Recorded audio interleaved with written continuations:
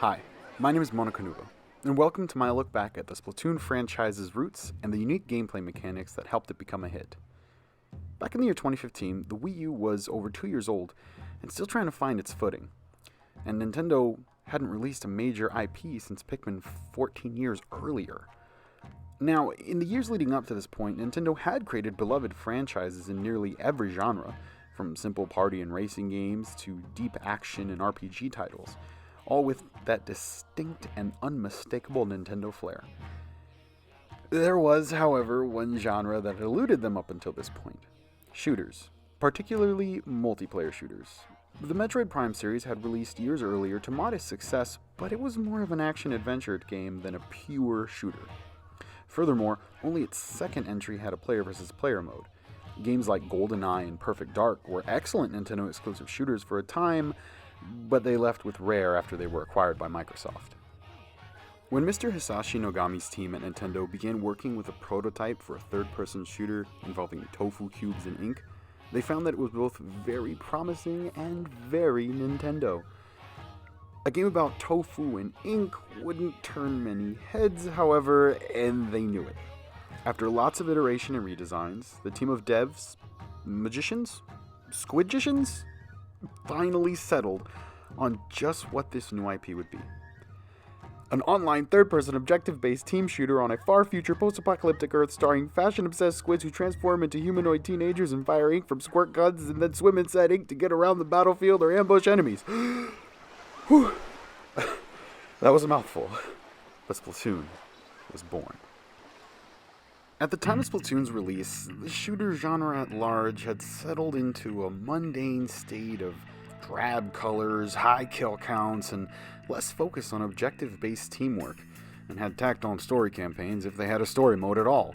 Splatoon was a breath of fresh air.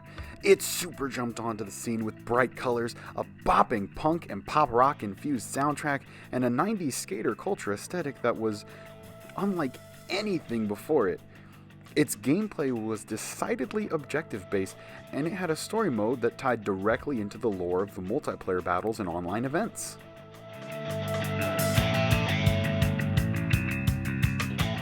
Hundreds of years prior to the events of Splatoon's single-player and multiplayer, the Great Turf War was fought between the Inklings and Octarians. The war was waged over the rights to live above ground due to the rising sea levels now that humanity was extinct and various sea creatures had risen to take their place as the dominant species. This war resulted in an Inkling victory, and by the time of the events of the game, Squid society had developed into a booming first-world metropolis known as Inkopolis. The Octarians, on the other hand, have lived underground for generations in what remains of the old human world. Turf War battles have been altered to be both a spectator sport and a celebration of squid culture.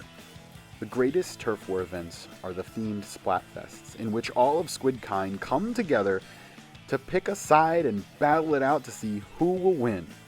Splatfests are akin to the World Cup in real life, but instead of playing for the honor of one's country, squids battle for the honor of things such as forks and toilet paper. The story of Splatoon revolves around the Octarians' daring heist to steal the great Zapfish from the Inklings, which is the source of Inkopolis' energy. You, as the player, take on the role of a fresh-faced squid kid who's new to both the battling scene and Inkopolis. You're quickly roped into helping Captain Cuttlefish, a veteran of the Great Turf War, in recovering the Zapfish while also fighting in online Turf War battles to become the freshest Inkling around.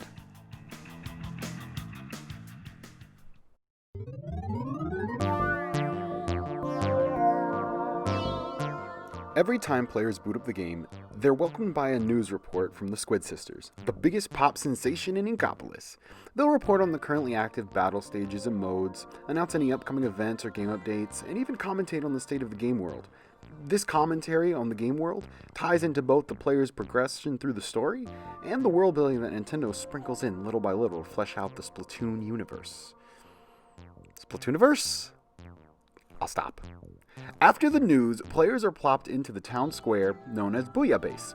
Booyah is a hub where players can buy, equip, and reroll their gear, choose what modes to play, check out other players' builds, and get a little bit more of the lore from the vendors and changes happening around town. In this way, Splatoon is almost like a light version of a game like Destiny, a living world that always has something different to see or unlock.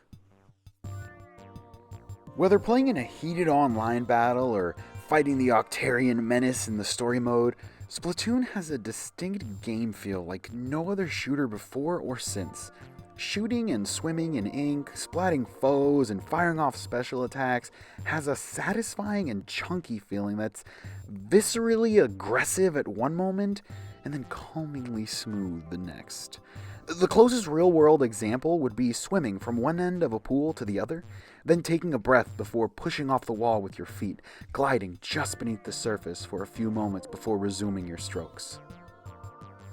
Splatoon's story mode plays like a mix between a third-person shooter and 3D platformer, with the unique mechanics of shooting and swimming in ink creating various platforming challenges.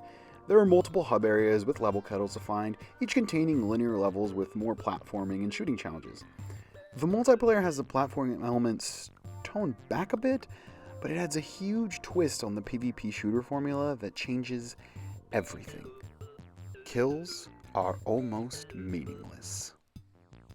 In most shooters, one of your primary objectives is to kill enemies to get a higher score and unlock more weapons, gear, or power-ups to kill even more enemies. Not so in Splatoon. In fact, if all a player focuses on is slaying, not only will they hardly score any points to level up, but they'll actually be less powerful and may very well lose most of their matches. Nintendo was able to pull this off by making a match's main objective, spreading your team's ink, the only way to earn points, or charge up your special, or even reload your ammo. Even the game's sniper rifle, traditionally a Slayer-type weapon in other shooters, serves a support role by creating long trails of ink for your teammates to swim through. This focus away from slaying holds true even in the game's highly competitive ranked mode, where strategy, maneuverability, and special attack usage are the keys to victory.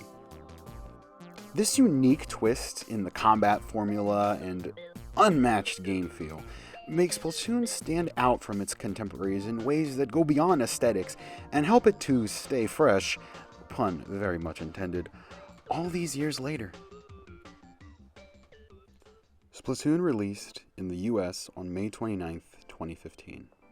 On that day, though they may not have realized it, the team at Nintendo had birthed a culture. To this day, the Splatoon community is vibrant, diverse, creative, inviting, and most of all committed. The recent one-off Splatfest rematch of Ketchup vs. Mayo was a testament to that commitment, as it saw old fans and new fans coming out of the woodworks for one last ride. That support has not gone unnoticed either. Nintendo has fostered the community well with tournaments, concerts, merch, an ongoing Splatoon manga, and even a full-blown sequel on Nintendo Switch. Splatoon was something different, at a time when Nintendo needed something different more than ever.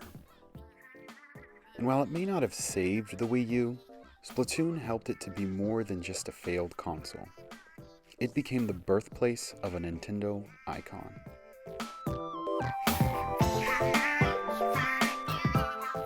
Thank you so much for watching. If you enjoyed, please don't forget to like, comment, and subscribe to stay tuned to what I've got coming up in the future. You can follow me on Twitter and Instagram @Monocanuva, and the links will be down in the description. Until next time.